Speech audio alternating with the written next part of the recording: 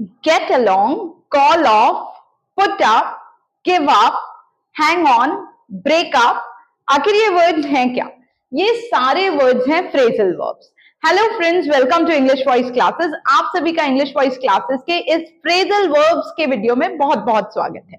देखिए, आपने अभी तक वर्ब्स सुने होंगे। वर्ब्स क्रियाएं होती हैं जिनके 3 फॉर्म होते हैं, लेकिन इंग्लिश बोलते समय बहुत बार आजकल लोग वर्ब्स की जगह फ्रेजल वर्ब्स यूज करते हैं, और इसीलिए मुझे लगा बातचीत की इंग्लिश अगर आप सीखना चाहते हैं तो आपको वर्ब्स के साथ साथ फ्रेजल वर्ब्स का पता होना बहुत जरूरी है। क्योंकि देखिए, आजकल बहुत बार इंग्लिश सिर्फ कम्युनिकेट करने का तरीका नहीं होता है।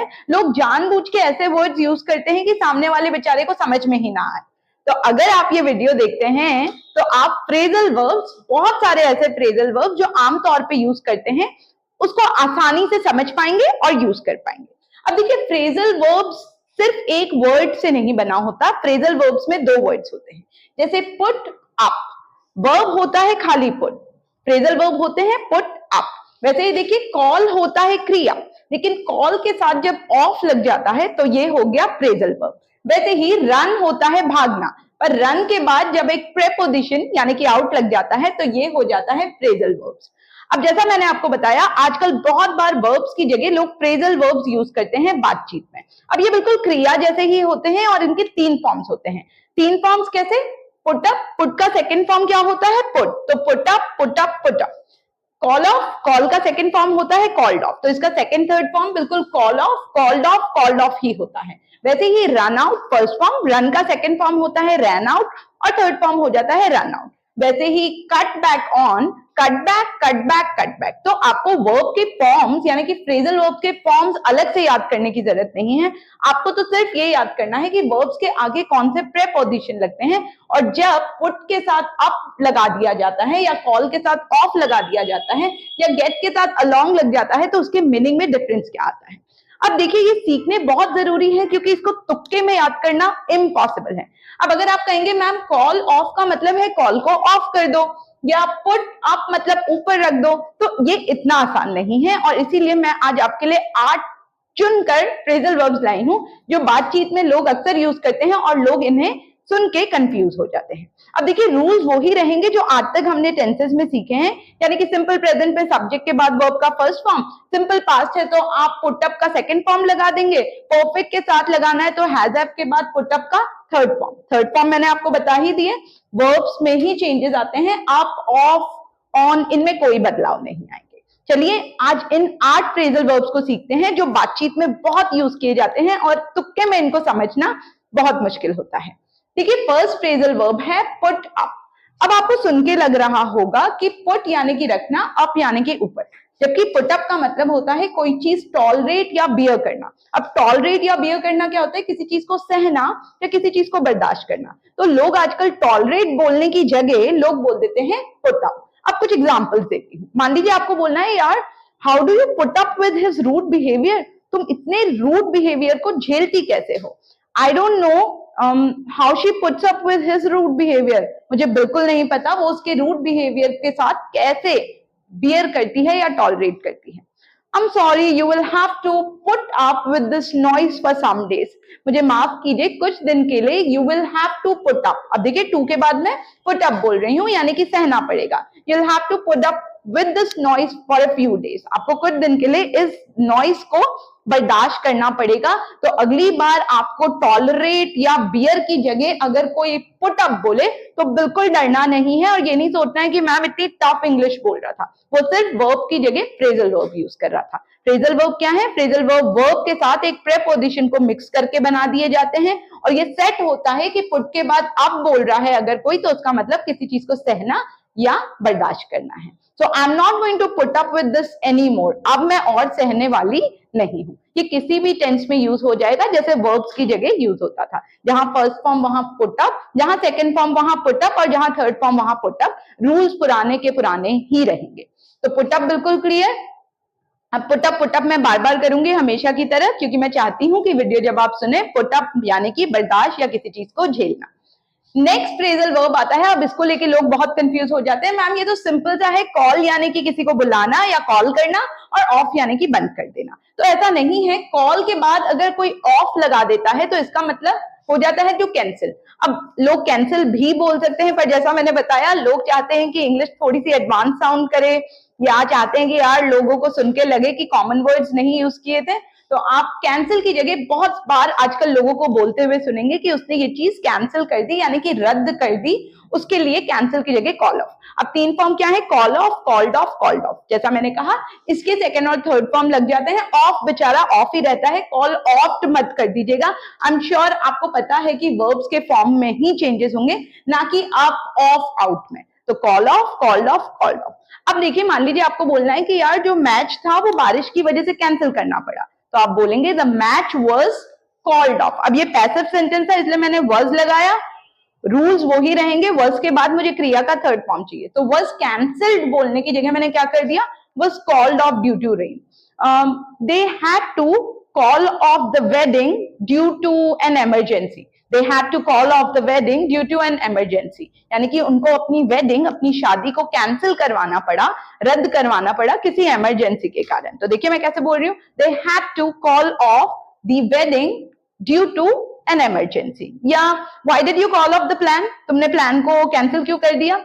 I'm not going to call off the plan this time. इस बार मैं प्लान को कैंसिल नहीं करने वाली हूँ। तो नेक्स्ट टाइम कैंसिल की जगह अगर आपको थोड़ा सा एडवांस साउंड करना है तो आप कॉल ऑफ यूज कर सकते हैं। Why do you keep calling off the plan? Her bar plan को कैंसिल क्यों करते रहते हो?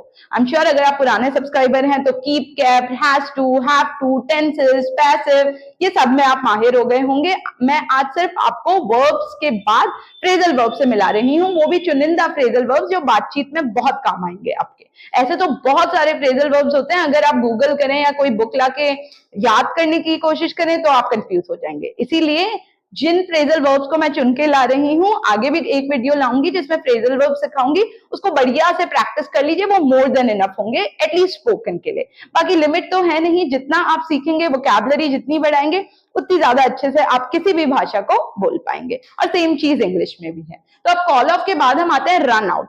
अब आपको लग रहा होगा मैम रन आउट तो हमको पक्के से पता है, हम क्रिकेट देखते हैं, हम इंडियंस हैं, वी ब्लीड ब्लू, क्रिकेट के सब फैन होते हैं, तो रन आउट तो हमने बचपन से सुना है। रन आउट मतलब भागते भागते बाहर आउट हो गया वो।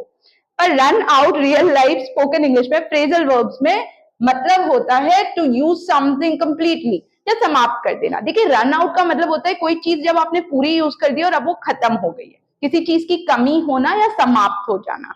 जैसे मान लीजिए मुझे कहना है यार वो इतना सुंदर जगह है कि मेरे पास शब्द कम पड़ रहे हैं उसको बताने के लिए, so I am running out of words to express how beautiful was the place.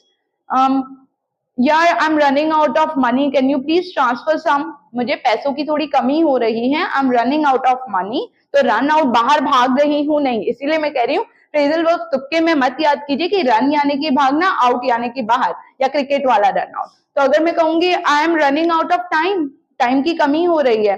Soon if you don't save water humans will run out of water, अगर इंसान पानी को बचाएगा नहीं तो humans will run out of water. तो run out यानी कि किसी चीज का खत्म हो जाना या समाप्त हो जाना। Can you please get some milk, I am running out of it, थोड़ा सा दूध ला सकते हो बाजार से, दूध खत्म होने वाला है। क्लियर? तो रन आउट यानी कि किसी चीज की कमी होना या ऑलमोस्ट समाप्त होना। यार I am running out of battery in my mobile, मेरे मोबाइल में बैटरी की कमी हो रही है या बैटरी खत्म ही होने वाली है। तो I am sure run out अगली बार अगर कोई बोलता है I run out of ideas, मेरे आइडियाज की कमी हो जाती है, समाप्त हो जाते हैं, जब मुझसे कोई इंग्लिश में बात करने को कहता है, मुझे समझ में ही नहीं आता है मैं क्या बोलूं, आई रैन आउट ऑफ आइडियाज, उसने मुझसे पूछा and I ran out of ideas, past भी कर सकते हैं। Please practice otherwise you will run out of content, content की कमी हो जाएगी, खत्म हो जाएगा जब मेन टाइम आएगा। तो रन आउट भी क्लियर। वैसे ही देखिए cut back on, phrasal verb में तुक्के नहीं चलेंगे कि मैम कट यानी कि काटना, बैक मतलब पीछे, ऑन मतलब पे। कट बैक ऑन यानी कि किसी चीज को जब आप कम करने की कोशिश करते हैं, टू रिड्यूस यानी कि कटौती करना या कम करना। अब देखिए कटौती करना, जैसे मान लीजिए आप कह रहे हैं कि मैं कोशिश कर रही हूँ कि शुगर को थोड़ा रिड्यूस करूं, कम करूं, तो आप बोलेंगे I am trying to reduce, बोलने की जगह आप क्या बोल सकते हैं, I am trying to cut back on sugar, I'm trying to cut back on sugar. You will have to cut back on junk if you want to lose weight. तुम्हें junk food को खाने में कमी करनी पड़ेगी, यानी कि कटौती या कम खाना पड़ेगा अगर तुम वेट लूज करना चाहती हो, so you will have to cut back on junk food, या I am trying to cut back on unnecessary expenses. Unnecessary expenses यानी कि फालतू के खर्चे, तो मैं कोशिश कर रही हूँ कि मैं फालतू के खर्चों में थोड़ी कटौती करूं या कमी करूं, ठीक है। तो कट बैक ऑन यानी कि किसी चीज में कमी करना या कटौती करना। जल्दी से बताती हूँ, पुट अप, टॉलरेट या बियर यानी कि सहन करना, कॉल ऑफ किसी चीज को रद्द कर देना या कैंसिल कर देना, रन आउट किसी चीज की कमी होना, टू यूज समथिंग कंप्लीटली पूरा यूज कर लेना और फिर उस चीज के लिए तरसना या कमी होना उस चीज की।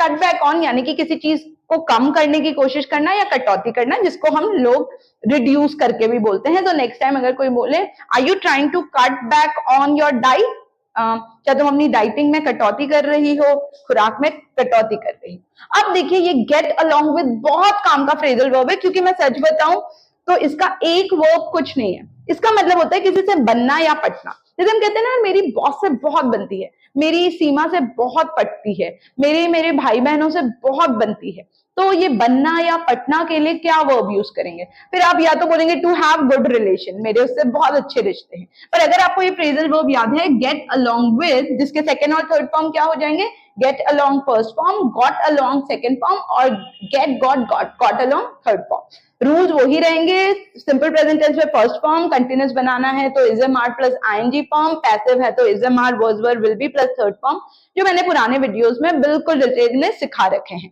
तो अब देखिए गेट अलोंग विद से मैं कुछ एग्जांपल्स देती हूँ। अगर आपको किसी से पूछना है क्या तेरी बॉस से बनती है, तो आप पूछेंगे do you get along with your boss, या मैं कहूंगी I get along with my siblings very well, मेरी मेरे भाई बहनों से बहुत बढ़िया जमती है या बनती है।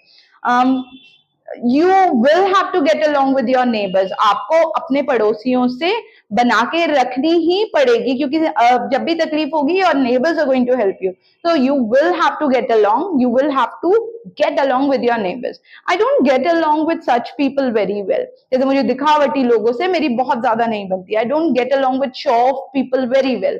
How do you get along with him? तुम्हारी उससे कैसे बनती है, इतना अजीब सा इंसान है वो, how do you get along? Normally I get along with almost everyone. Normally मेरी हर किसी से बनती है या पटती है।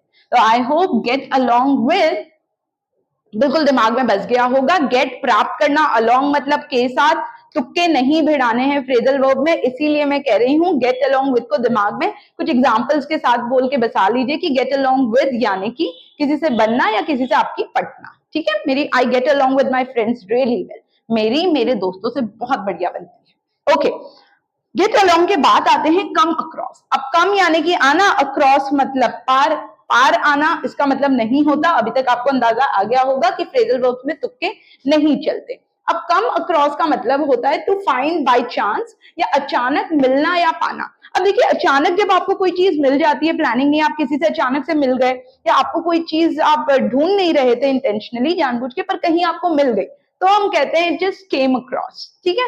Come across second form came across, third form come across. अब अगर एग्जांपल दो तो I came across a beautiful article on the internet, तो मुझे इंटरनेट पे एक बहुत बढ़िया आर्टिकल मिला। या आप कह सकते हैं I came across Rahul last night, पिछली रात मुझे अचानक राहुल मिल गया था। How do you come across such good ideas, अचानक से तुम्हारे पास ये इतने अच्छे आइडियाज कैसे आ जाते हैं।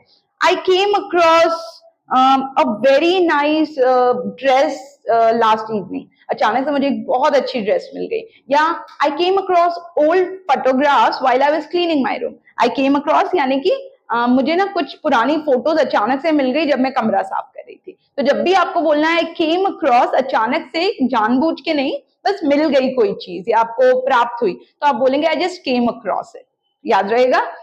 come across, came across, come across. So I just came across it yesterday. बस ऐसे ही मिल गया कोई चीज। Okay, break down. अब फिर से ये ब्रेक डाउन के दो मतलब होते हैं। एक हो सकता है आपने सुना हो, क्योंकि बहुत बार हिंदी के बीच में भी हम बोलते हैं, जैसे ब्रेक डाउन होता है बिल्कुल फूट फूट के रोना, या बिल्कुल जब इंसान टूट जाता है ना, हम कहते हैं उसका एकदम ब्रेक डाउन हो गया, इमोशनल ब्रेक डाउन। पर ब्रेक डाउन का एक बहुत इंपॉर्टेंट मतलब होता है किसी चलती चीज का खराब हो जाना। अब देखिए कितने बार हमको बोलना होता है मेरी गाड़ी खराब हो गई, फ्रिज खराब हो गया, तो उसमें आप कौन सा वर्ब यूज करेंगे? अगर आपको ब्रेक डाउन पता है तो आप एकदम से बोल पाएंगे my car broke down on the highway, मेरी कार चलते चलते खराब हो गई हाईवे पे। या this fridge keeps breaking down, ये फ्रिज खराब होता रहता है। तो ब्रेक डाउन का एक मतलब आप क्या दिमाग में बैठा लेंगे, किसी भी चलती चीज का, कोई भी चीज का खराब हो जाना या चलते चलते रुक जाना। तो ब्रेक डाउन, अब देखिए जो बेचारा भोलू लाल होगा वो सोचेगा ब्रेक यानी कि टूटना और डाउन मतलब कि नीचे, नीचे कोई चीज टूट गई, जबकि ब्रेक डाउन का मतलब, पहला मतलब है किसी चलती चीज का रुक जाना। So this car will break down soon, बहुत जल्दी ये कार खराब हो जाएगी, जाके सर्विसिंग करा लो। और दूसरा ब्रेक डाउन का मतलब मैंने क्या बताया, टू बिकम अपसेट, या बिल्कुल फूट फूट के रोने लग जाना। जैसे he broke down after hearing the news, खबर सुनने के बाद वो बिल्कुल टूट गया, रोने लगा। तो बिल्कुल टूट जाना, फूट फूट के रोने लगना, दुखी हो जाना ब्रेक डाउन होता है। कि बहुत स्ट्रांग बन रहा था but he suddenly broke down after he came to know the truth, सच का पता लगने के बाद वो एकदम टूट गया। ठीक है। और दूसरा ब्रेकडाउन मैंने आपको बता दिया, that my car broke down, मेरी कार खराब हो गई। ओके, खराब या चलते चलते किसी चीज का रुक जाना, इसलिए नर्वस ब्रेकडाउन भी बोला जाता है। जो नर्वस सिस्टम है वो जब चलते चलते रुक जाता है, हमारी बॉडी का नर्वस सिस्टम, इसलिए कहते हैं नर्वस ब्रेकडाउन। तो याद रहेगा, ब्रेकडाउन नीचे टूटना नहीं है, ब्रेकडाउन, ब्रोकडाउन, ब्रोकन डाउन क्या है, किसी चलती चीज का खराब हो जाना, रुक जाना, या किसी इंसान का बिल्कुल टूट जाना, इमोशनली ब्रेकडाउन, है ना, रोने लगना या दुखी हो जाना। और लास्ट फ्रेजल वर्ब है ब्रिंग अप। मैम ये तो बहुत सिंपल है, ब्रिंग यानी कि लाना और अप यानी कि ऊपर, तो ये ऊपर लाना बिल्कुल नहीं है। ब्रिंग अप के भी दो मतलब होते हैं, एक होता है किसी चीज को, किसी टॉपिक को मेंशन करना, जैसे देखिए टू मेंशन समथिंग, किसी चीज को, किसी विषय को उठाना, कोई इश्यू है, कोई पॉइंट है, उसको एकदम से किसी मीटिंग में उठाना, बातचीत में उठाना। तो सबसे पहला तो ब्रिंग अप होता है किसी भी मुद्दे को मेंशन करना। तो जैसे अगर आप बोलना चाह रहे हैं कि उसने इस मुद्दे को मीटिंग में उठाया, है ना, मेंशन किया, तो मेंशन बोलने की जगह आप क्या बोल सकते हैं, ब्रिंग का second form brought, he brought up this issue in the meeting. So who brought up this issue, इस इश्यू को किसने मेंशन किया, कौन उठा के लाया इसको। Don't bring politics at the dinner table. Don't bring up politics at the dinner table. Bring up यानी कि प्लीज पॉलिटिक्स को मेंशन मत करो, खाना खा लो, पॉलिटिक्स पे डिस्कशन करना है बाद में कर लेना, please don't bring up politics at the dinner table. या I don't like to bring up the same issue again and again, एक ही मुद्दा मैं बार बार लाना पसंद नहीं करती। I won't bring up this problem in front of people, मैं इस प्रॉब्लम को लोगों के सामने नहीं मेंशन करने वाली। क्लियर। और मैंने दूसरा क्या बताया, दूसरा है पालना। अब देखिए जैसे हम कहते हैं ना रेज, किसी बच्चे को पालना, basically to raise a child, पालन पोषण कहते हैं ना, bringing up, where were you brought up, bring up का सेकंड फॉर्म ब्रॉट अप होता है। तो अगर आपसे कोई पूछता है where were you brought up, brought up bring up का सेकंड फॉर्म है आप कहां पले बड़े। किसी को पालना ब्रिंग अप होता है, याद रखिए। तो अगर आपसे कोई पूछता है where were you brought up, तो वो आपसे पूछ रहा है आप कहां पले बड़े। ठीक है, like I was brought up in north east part of India, Arunachal Pradesh. तो मैं कहां पली बड़ी, अरुणाचल प्रदेश में। तो वैसे ही अगर मैं बोलूंगी he brought up 3 kids as a single parent, उसने एक सिंगल फादर यानी कि सिर्फ पापा होते हुए 3 बच्चों को पाला, तो पालने के लिए bring up, second form brought up, third form brought up. So आप नेक्स्ट टाइम बोलेंगे, अगर किसी से पूछना है I was brought up here, मैं यहाँ पला बड़ा, या आपको पूछना है where were you born and brought up, born is पैदा होना, ब्रॉट अप ब्रिंग अप का थर्ड फॉर्म या सेकंड फॉर्म जो भी यूज करना है आपको। तो याद रहेगा ब्रिंग अप के दो मतलब क्या है, किसी चीज को अचानक मेंशन करना, किसी मुद्दे का जिक्र करना, please don't bring up this topic again, please इस मुद्दे को दोबारा मेंशन मत करो। या you brought up your kids really well, आपने बहुत बढ़िया से पाला, you brought up your kids really well. तो आई होप अब आपको गेट अलोंग विद, किसी से पटना बनना, कम अक्रॉस, अचानक से कोई चीज आपको मिल जाना या प्राप्त हो जाना, ब्रेक डाउन किसी चलती चीज का रुक जाना, खराब हो जाना, या किसी इंसान का बिल्कुल टूट जाना, है ना, हताश हो जाना। और ब्रिंग अप के भी दो मतलब, यानी कि ब्रिंग अप ऊपर से लाओ नहीं है, ब्रिंग अप मतलब या तो पालन पोषण करना या किसी मुद्दे को मेंशन करना। तो मैंने कहा when did I bring up this topic, मैं टॉपिक को कब लाई। तो ये थे फ्रेजल वर्ब्स। आई होप ये सब वो फ्रेजल वर्ब चुन के मैं लाई हूं जो बातचीत में, स्पोकन इंग्लिश के तो काम आते ही आते हैं, प्लस अगर कोई आपके सामने नेक्स्ट टाइम बोले भी why did you call of, आप कॉल को ऑफ करके ना बैठ जाए और समझ जाए ये बोल रहा है भाई तुमने कैंसिल क्यों किया, ऐसे और फ्रेजल वर्ब्स मैं आपको लाऊंगी ताकि आपको इधर उधर भटक के रट्टे ना मारने पड़े और आपकी वोकैबुलरी भी बढ़ जाए। याद रखिए, आजकल इंग्लिश लोग सिर्फ कम्युनिकेट या कुछ समझाने के लिए नहीं, अपने आप को ज्यादा सुपीरियर दिखाने के लिए कि देखो मैं ऐसी इंग्लिश बोल सकता हूँ जो किसी को समझ में नहीं आई या तुमको समझ में नहीं आई, के लिए भी बोलते हैं, जो अच्छी बात नहीं है। मुझे हमेशा लगता है ये एक भाषा है और ये सरल होनी चाहिए, स्पष्ट होनी चाहिए, पर हम इस समाज में रहते हैं और हमको वो सारे वर्ड आने चाहिए जो आम तौर पे लोग यूज करते हैं। और विश्वास मानिए, ये अब बहुत टफ वर्ड्स नहीं रह गए या शो ऑफ के लिए नहीं रह गए। लोग कैंसिल की जगह कॉल ऑफ या टॉलरेट की जगह पुट अप बहुत कॉमनली बोल देते हैं। अगर आपको ये वीडियो पसंद आई तो प्लीज चैनल को सब्सक्राइब कीजिएगा, कमेंट में बताइएगा, कुछ सेंटेंसेस लिखिएगा इन फ्रेजल वर्ब्स को यूज करके। अगर आप पुराने सब्सक्राइबर हैं तो प्लीज जरूर से पुराने टॉपिक को यूज करके इन फ्रेजल वर्ब्स की मदद से कुछ ना कुछ सेंटेंस जरूर लिखिएगा या मुझे बताइएगा आपको वीडियो कैसा लगा। पिछले बार एक कंप्लेंट थी कि मैम आप खिसकते नहीं हो इधर उधर, तो स्क्रीनशॉट लेना प्रॉब्लमेटिक हो जाता है। मैं थोड़ा सा साइड हो जाती हूँ ताकि आप लोग स्क्रीनशॉट ले पाए आराम से। आई होप स्क्रीनशॉट के लिए आपको एक स्पेस मिल गई हो। ये था आज का वीडियो। आई एम श्योर ये आपके बहुत बहुत बहुत काम आएगा। ऐसे ही एक और यूजफुल वीडियो जो आपको इंग्लिश बोलने के एक कदम नजदीक ले जाएगा, उसके साथ मिलते हैं अगले हफ्ते। तब तक के लिए थैंक यू सो मच, इतने प्यार इतने सपोर्ट के लिए। मिलते हैं अगले हफ्ते, तब तक के लिए बाय बाय।